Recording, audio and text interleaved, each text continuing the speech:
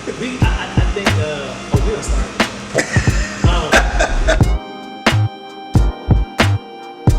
The link below, do you see it?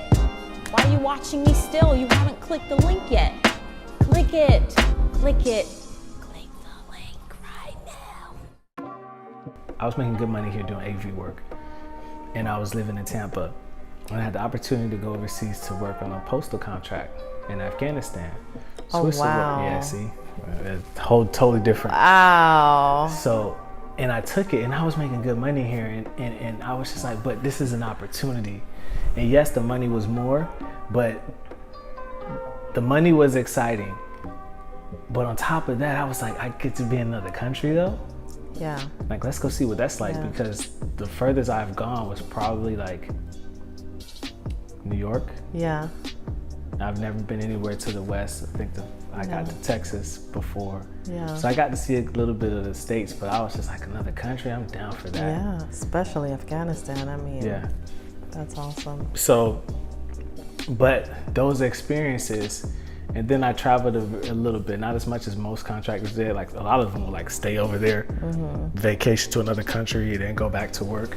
But so I didn't get a chance to do that like I would like. But those, like what you deal with there, you know, the conversations you have with different people from different countries, like the way they see America, you know, just like their experiences, and then you realize that your experience is not common. What's common to you is not common to somebody else. Absolutely. And that's where the humility and grace comes in at. Yeah. Yeah, and you know, growing up, it's like, it felt a little lonely out there, because normally you try to find friendships that you have things in common with. Right. And the more that I moved around, the less in common I had with anybody I knew. And so I feel like the path just became narrower.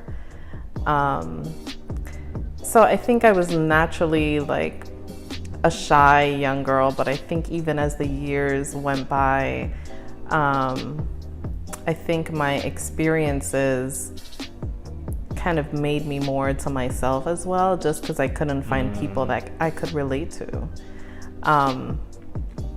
But I did have a heart for people, you know, and you talk about the humility, and I feel like I definitely had to, well, not really had to, but the circumstances and the atmosphere made you see things that, like things that we take for granted here in America. I mean, my mother, you know, I grew up on welfare and food stamps, like, you know, my mom, she came out of that, thank God. But like even buying a carton of orange juice in the supermarket, something so normal that we do here.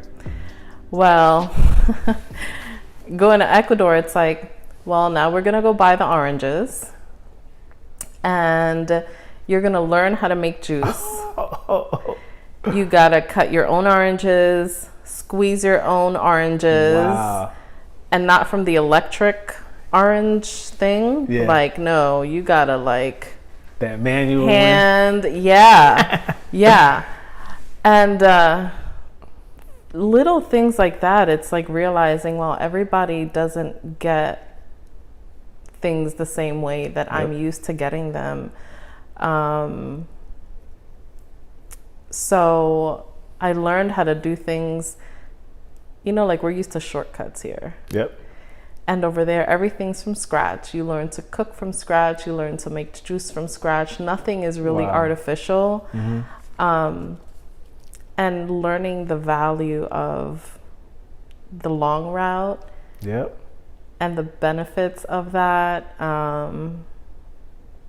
It's like, it makes me feel like an old soul. You know, it's like normally as parents and our grandparents that know all about this stuff. And I feel like, and that was a whole nother thing that I was like, well, my friends don't know how to make orange juice or eat the weird things that I eat, because, you know, other countries take advantage of every part of, like, I don't know if you're a vegetarian, but like I'm not a vegetarian, but people get grossed out by like all different parts of the animal, right? Like people eat tripe and tongue and like all these things. And my friends would be like, my friends here would be like, you eat what?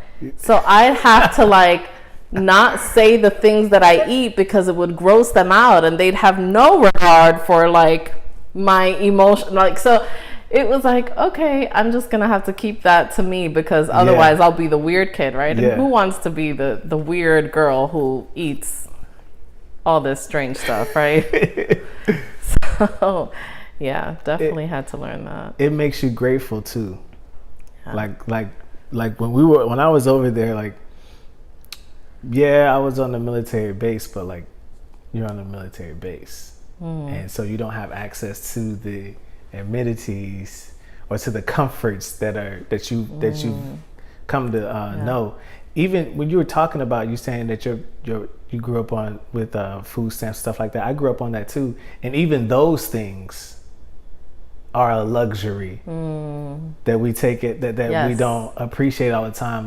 Like being broke, being broke here in America or being poor in America is still better than being, poor or broke in those other, because like, absolutely, when you don't have it there, absolutely, I mean, where like your monthly income was like $3 a month. Exactly. Like, you tell someone that they got $3 in food stamps in America, they're gonna be like, they're gonna get mad at the office, be like, no, you better find me more money. But like, those are different things that I think that's the reason why there's an entitlement to the American mentality. How you entitled and you broke? Like, how right? Yes. Like, you don't have to get a handout. You get WIC, you get food stamps, you get cash assistance, like all of these things. Section 8. Section 8. You get to all these countries, there's nothing. Ain't none of that. And they tax you on everything, but you still get nothing. Yeah.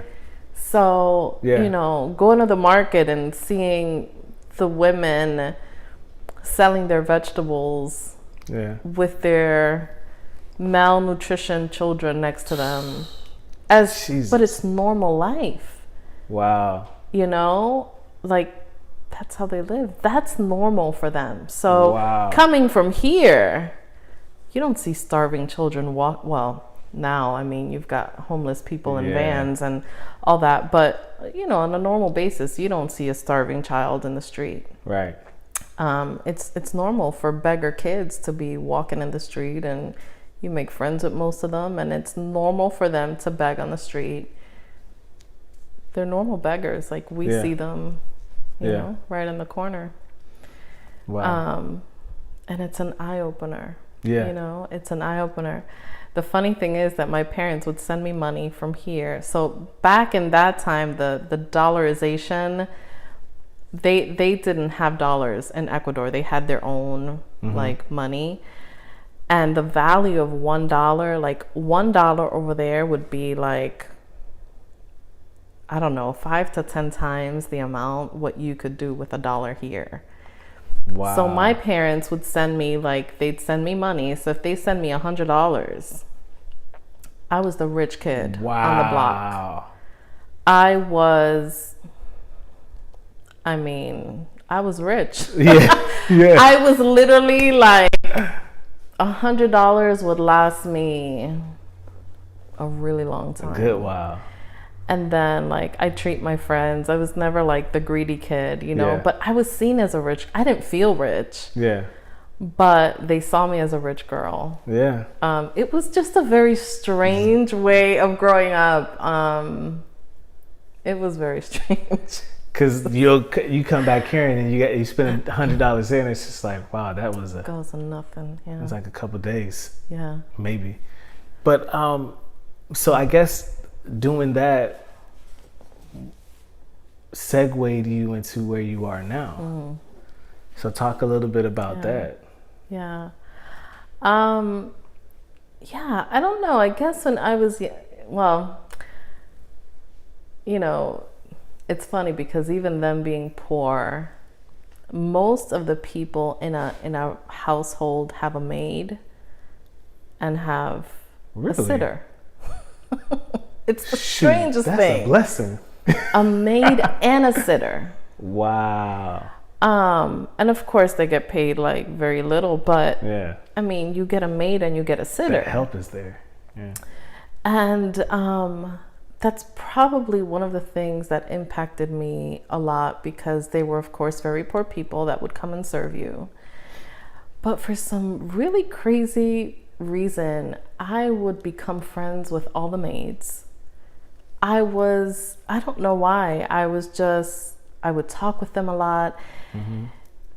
And this is interesting, you know, we used to have like, the family used to have their table, but the maids would sit on another table, like on the raggedy table with their kid. Wow. Like, it was very, like, talk about segregation in the own culture. Like, we're talking about your same people, but because they were poor, they'd have to sit on another table.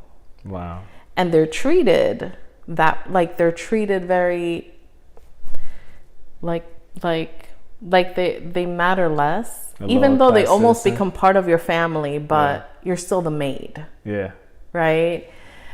I don't know why I would love to talk to them. Mm-hmm.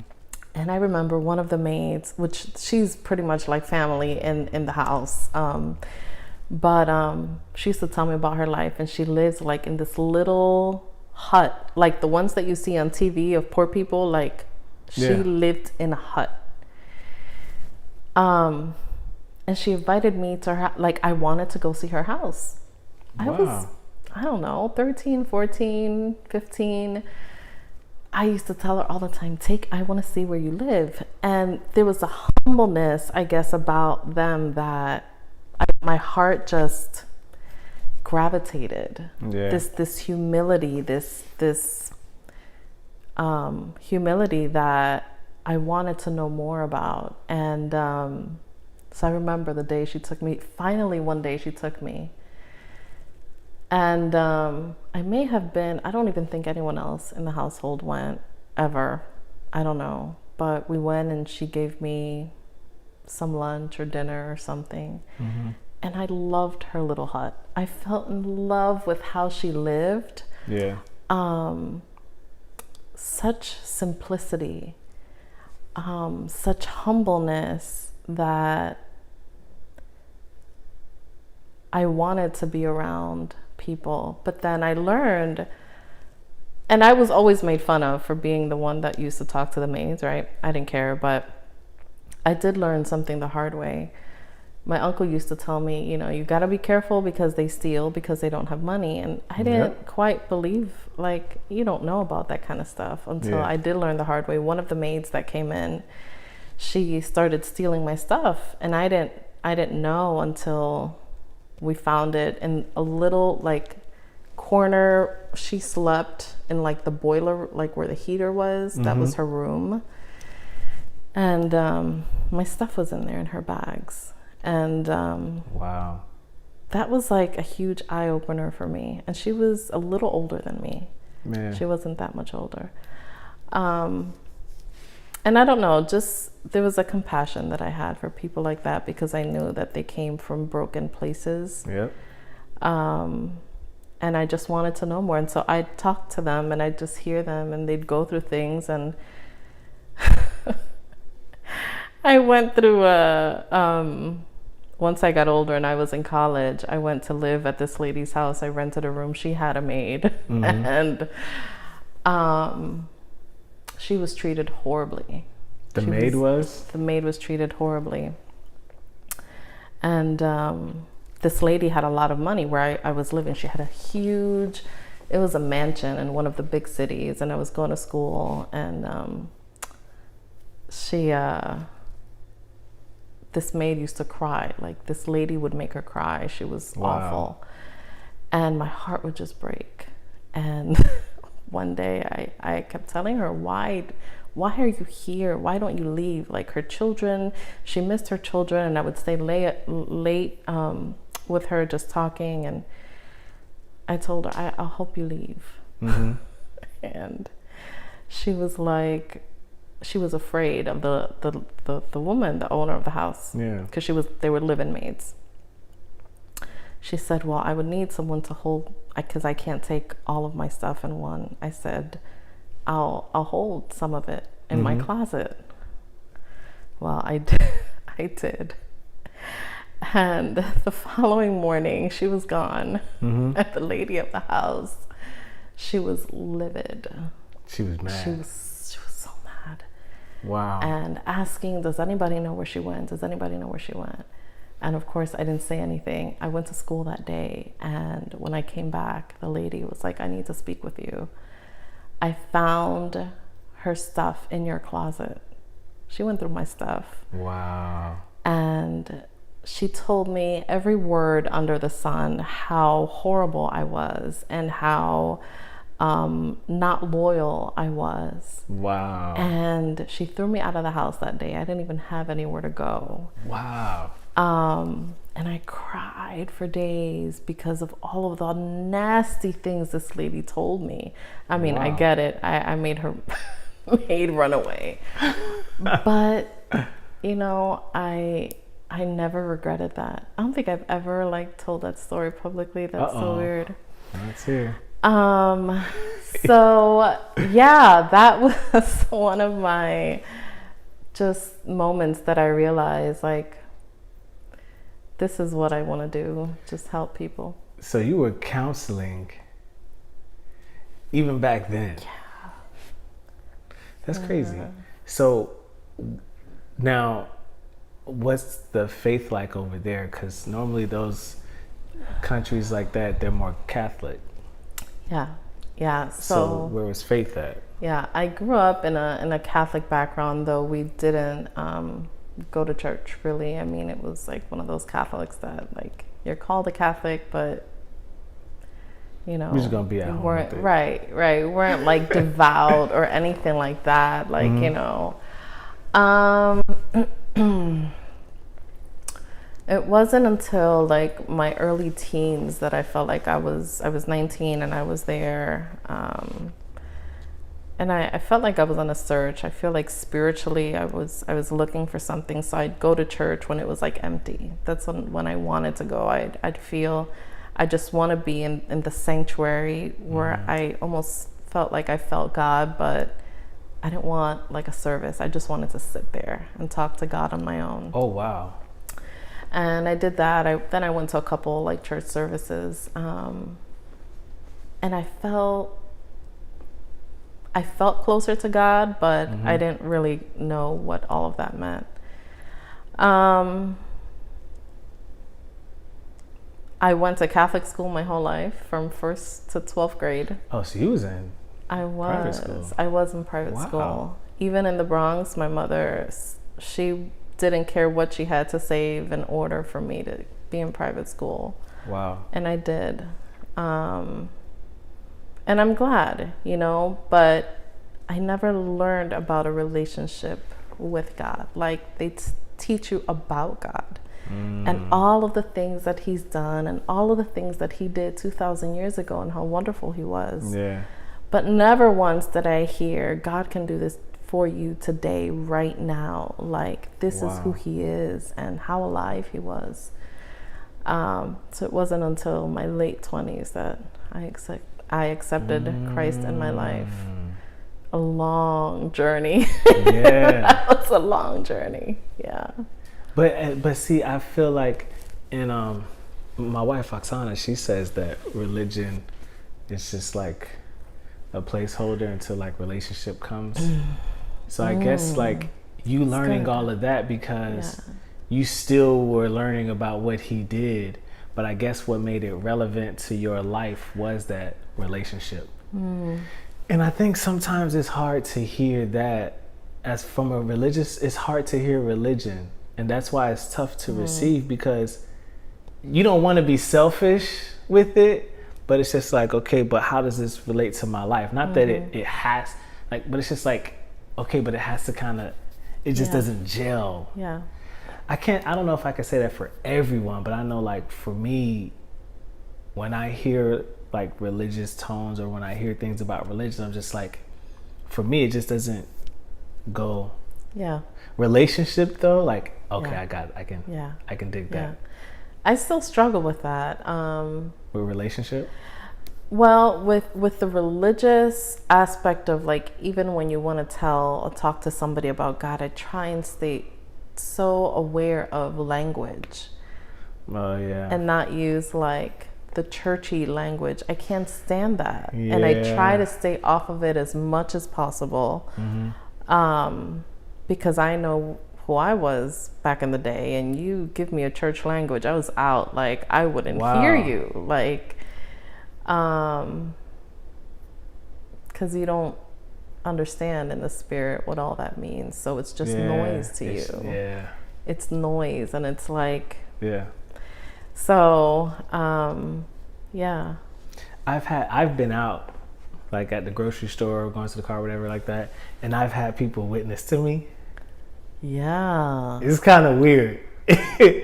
But it's been weird interactions, because like they'll walk up to me and they'll say something, and then I'm just like, yeah, or they'll like hand me a pamphlet or a book or something like that, and then just start going in on it, and I'm just like, oh, okay. I let them get their witness out. Yeah. And then I'll come back and just say, oh yeah, well, this is, whatever like that.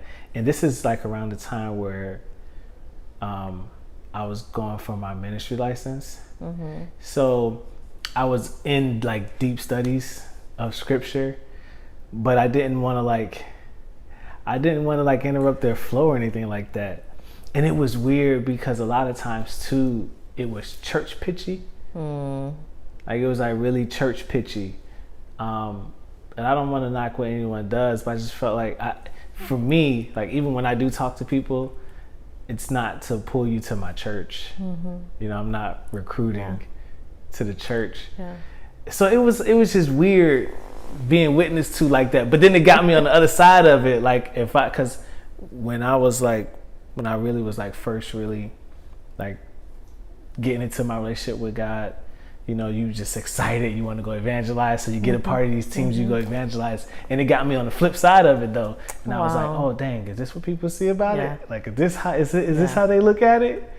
I don't think I want to do that. It feels aggressive and almost like, that's my space. Intrusive. You're coming into. Right. Yes, exactly. I won't knock any of the street evangelists though. Yes. That was just my experience. Of course. But that's just how it was for me. So I guess, so what are some of the things that you're doing now? Because I don't know if I shared this with you, but I'm gonna say this, right? So, and I told a couple people this too, but quality attracts quality. Let me say that. So like when I came across your stuff on social media, you had a quality about you, and like you could be doing, and this is to encourage everyone out there too, like you could be doing something really great, and that's a cool thing, but if the quality isn't there, it's kind of hard to lure people in and then get them to stay. So when I came across your stuff and the quality that you had, I was like, oh, this is dope. Thank you. I can rock with it. So I guess just talk a little bit about the stuff that you do and what you're into now. Yeah. I'm pretty sure hearing about your past, that's where your passion is drawn from. Yes. Yeah. So that's cool. Yeah. So my husband and I were pastors, and that's a whole nother story on how I got there. That's right, because you were what, early 20s? Yeah. Wow. Yeah, it's after 2 divorces. Wow. Long journey, stubborn as can be. You were? I was, right? Listen, the product that you get here, man. It's a story behind it. Man, it was rough. Yeah. It was rough. Very independent, strong-minded woman. Like, I got it. Yeah. And it wasn't until the age of 27 and second marriage going on, divorce, and I was like, I can't do this. And literally God took me out of a pit, like literal pit. And I went to school trying to figure out what my life, like, how do I decipher this? Like, okay, school, give me a solution. The textbooks will give me a solution. Nothing. I used to live in Barnes and Noble, like, okay, give me an answer. Give me an answer to what's happening. I went to counseling once a week, nothing. Wow. Nobody could, like, I'm like, there's gotta be something more to this thing called life. And it was all God. It's quite a testimony how that happened. But Fortunately, after all of that, the Lord gave me my perfect half, I would say. The person who I was meant to be with. And it was all it was such a miraculous, it was so, we can do this all day and just have a conversation on how all that happened, but it was truly such a God thing. And so he's been pastoring forever. We're both pastors, and having a heart for people that like I was looking hungry, hungry people, people hungry that were looking and searching and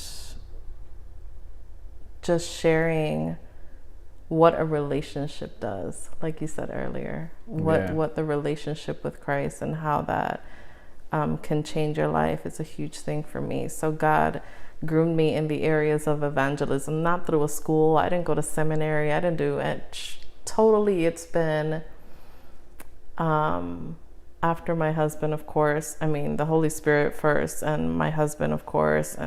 But it's been through my work as a social worker, encountering so many people, encountering need, homelessness, which was a huge population with whom I've worked with, mentoring youth coming out of foster care system, and then really just trying to find my own lane and realizing I've worked with so many women. I figured, well, women is really the area that I feel like I can flourish with, and helping women in so many deep issues. So I founded Your Queen Life, which is a company that really helps and supports women through empowerment, inspiring them to really come into their own, understand who they are as a queen. And I don't use that term lightly. For me, the word queen, I've just heard thrown around a lot. It's just trendy. Right. It's a very trendy word. However, is a very deep thing for me. And it carries a lot of weight, and it's connected to a woman's calling, but also her mindset, because it's where her crown is. Wow. And so there's a heaviness and a weightiness that comes to that. And so I teach a lot about wisdom. I have coaching programs that talk about wisdom and healing, and beauty. So, yeah. Wow. And I feel like anyone that can, like, social work, in my opinion, social work is a tough work, because and it's different from like a therapist. And the reason why I say it's different from a therapist is because, like, if a person goes to therapy or someone sees a psychiatrist, like, you're paying for that, right? So, like, it kind of filters out who you sit across from. Sure. But with social work, you liable to get any, not to say that with a therapist you won't get any and everybody, but I think that pot's a lot larger. Oh, yes. And that work is heavy. So, definitely kudos to you for that. Yeah, thank you.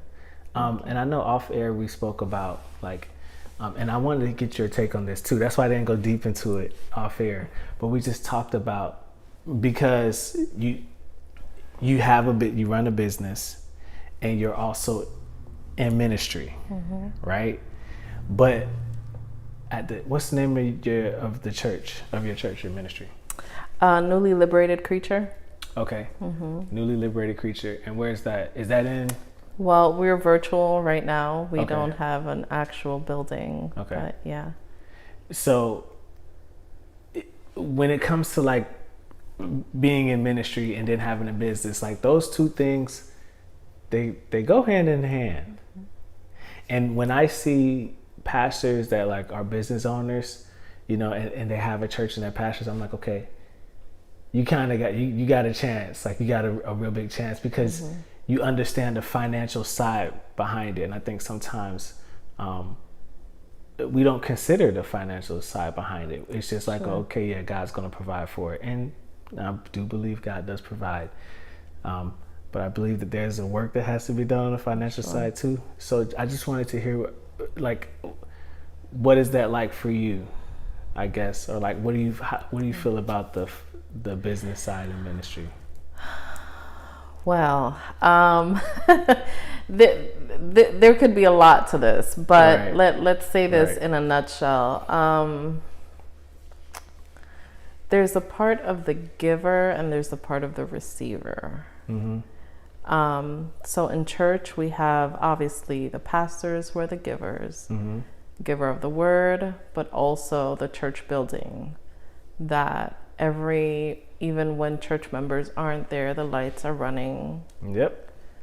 Water bill, AC bill here in Florida. I mean, that's insane.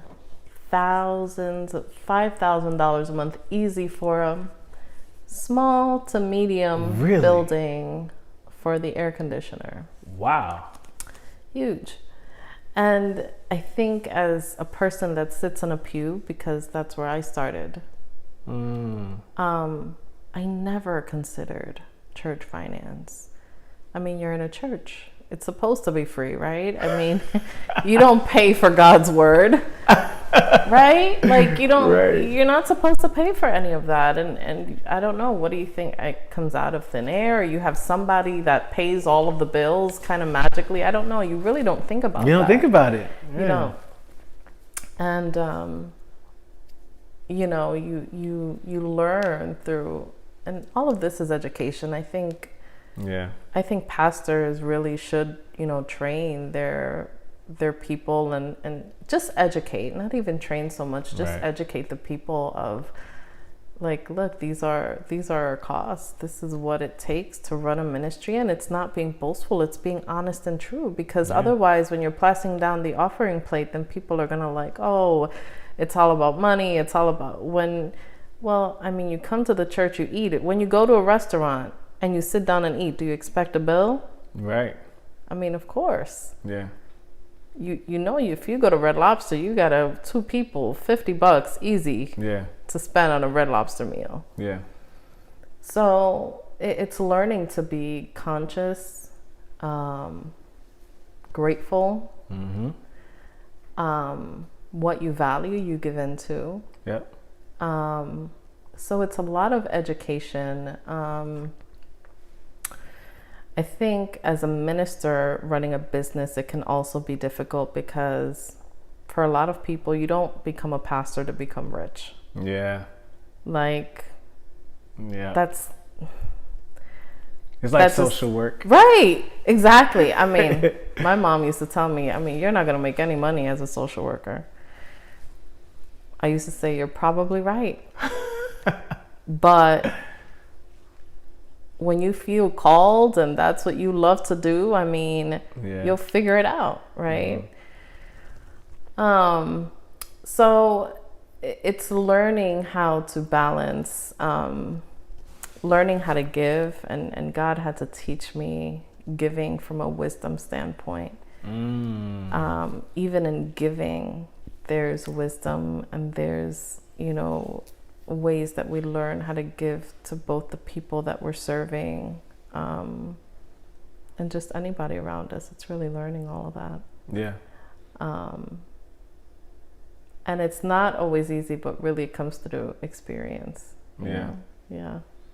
And I think with giving too, like you were saying, giving with wisdom, and something that what I envisioned was a bucket of water, and like, you're giving out of this bucket of water, but nothing's getting replenished. Eventually that bucket is going to empty out. Yeah.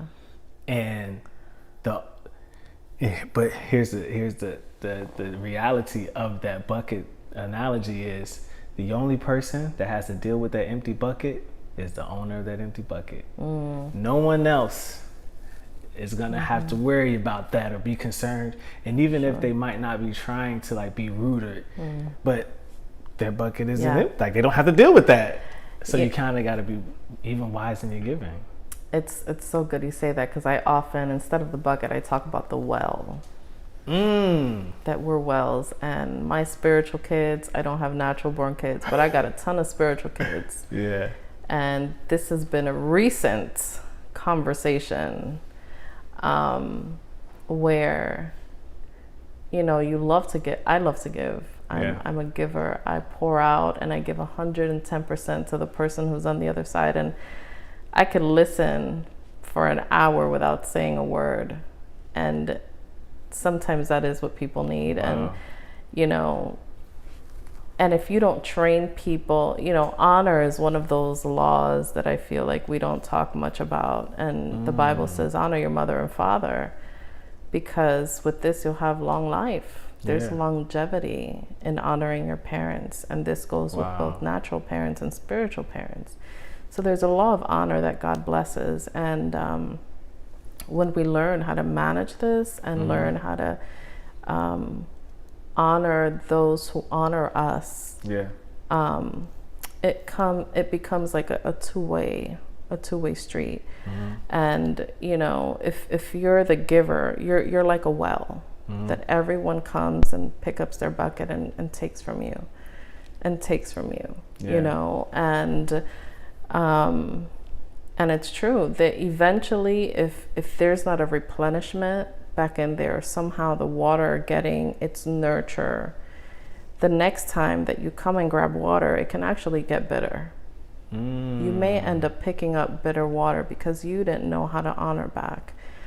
Or, and I'm not just saying financially, I mean, honor, I'm not even saying give money to, you know, I mean, you can, but honoring your pastors, calling them, finding out how they are, your mentors, your leaders, whoever it is that pours into your life. Like, you can't just keep taking your entire life and expect for that to always be that way, because then there's no reciprocity in that relationship.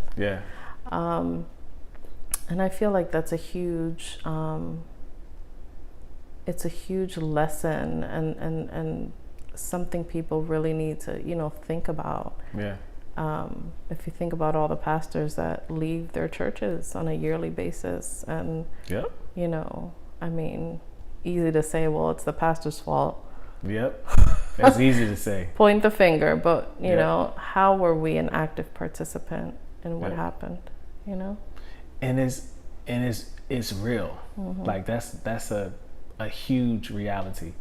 And one thing that I think about too, even with on the money side of it, and that's just one of the sides of the coin, the financial burden. Because I know as a man, like just being a man, you know, and majority of leaders of, you know, in the spiritual realm, or just in a lot of churches, is men, right? So as a man, that financial weight sits different. I'm not gonna say don't sit on women, but the financial weight sits different on a man. Like, you have men commit suicide if they lose a job, a higher position at a company. They were a CEO, or they were this, or they were that, and now not that they don't have any opportunities, but that, you know, you go from making a few $100,000 a year to like now you have to try to get like an average earning position. That's gonna hit you a different way. So, like, you know, but then I look at different religions outside of Christianity and the way that they operate and handle finances. You just don't hear, I don't know if it exists, but you don't hear them the same way that you hear in the Christian aspect. And I was talking to a friend of mine, and you know, people could say or believe what they want about it, but I was talking to a friend of mine. I told him, I said, you know, in the church, or just like, you know, I feel like when it comes to that money situation, sometimes Christians are the hardest people to get through to when it comes to that. Like, because of that verse that's like so talked about. You know the verse already. It's the love of money is the root of all evil. That verse is just like, I don't know. It's just like, it's the love of money, please. And let's just say that and be done with it. But I had to learn that the hard way too, because I was coming to a point and I was just like, hold on now, I got to start focusing a little bit on this a little bit more. And it's just like, it's not a love thing, but we don't exchange goods and services anymore. money is our form of, of barter now. And if you don't have it, especially being a man and you're the head of the household and you're a pastor, you have this church. So not only, and majority of the time you're probably married. So not only do you have your natural family looking at you, you have your spiritual family, and then you're not going to keep, or you shouldn't keep. I say that, like, I don't know. I just feel like you shouldn't keep taking from your home to handle that, because that's your first thing. So, it's just tight. But that's how I feel about it. I feel like it's something that we just kind of got to get real with. Yeah, and do heart checks. We have to. I think until we learn to really get real with ourselves, and we all have areas in our life that we want to shift and change and learn how to pivot, especially now. Yeah. Becoming really a student of the Bible and figuring out, okay, God, what is it that you mean when you say this and this? Yeah. And I think this whole COVID situation has forced us to take a look at areas in our life that maybe we would otherwise just overlook, or keep doing the same thing over and over, expecting a different result. Now we're just kind of forced to, like, okay, I really got to look at this area if I want to survive. I mean, never mind thrive. I mean, survive, and it's truly a narrow way. It's true. Every day I feel like the road just gets narrower. Because the higher up you want to go, I mean, not to say that people that aren't making it out there's a lot of people making millions of dollars, and the Bible says don't envy those that are making a lot of money and aren't following my ways, because they only get what they reap. If all you're looking for is money, then don't serve God. But the Bible says, what will man give for his soul? Right? Is it worth that man gain the whole world and lose his soul? Like, if it's just about money, if it's just the money talk, then go make money. You go make money. Right? I mean, it's simple. That's your focus, then you're going to get. And we know a lot of top billionaires and millionaires in the world. But that's all they have. That's all they have. And that's where the love of money comes That's where in. the love is at. That their number one goal is money. Celebrities and, all these people, which again, COVID has made them have to rethink their focus on money, because they're losing homes. They got to sell their houses. They've got to do a lot. But yeah. I appreciate you sitting down here talking to me. Sure. So I guess let the people know where they can get in touch with you, how they can find you, and even support what it is that you're doing. So you can find me at www.yourqueenlife.org. You can find many of our coaching programs there that we have available. We also have a beauty line, Queen Esther's Beauty, made for the beauty of women. You can go ahead, find me there, or on Facebook, on Instagram, Your Queen Life, and send me an email and let me know, and just comment on our stuff, and would love to have you there. So cool. So y'all check them out. So you do like meetups and stuff like that with the women? Well, everything's virtual right now. Well, no. Yeah, everything is virtual, and all of our coaching programs we've made available virtual. So I do coaching programs one-on-one with women. We have our newest program, Wise Women Build, that's for to help women build in wisdom and giving them foundational pillars to understanding wisdom and learning how to reign in life the right way with wisdom. So that's one of our latest things. That's cool. Yeah. That's real cool. Oksana has Women of Impact. Oh, nice. Y'all can probably talk about that. Awesome. Yeah. Awesome. So thank you so much for watching another episode of The Sit Down. Make sure you give this video a thumbs up, subscribe to the channel, but you're a subscriber. You don't watch stuff and not subscribe. So yeah, you guys are cool people. Reach out to the guests, follow the guests as well. All your information is going to be in the description too below. Just want to give a shout out to our partners, taxmoney123.com. Make sure y'all hit up the partners, Pinka, and then my favorite, most beautiful sponsor, my wife, Oksana, the legacy coach. Yeah. So yeah, thank y'all so much, and we'll see you guys next time on The Sit Down. Deuces. Yay! Yeah. Awesome.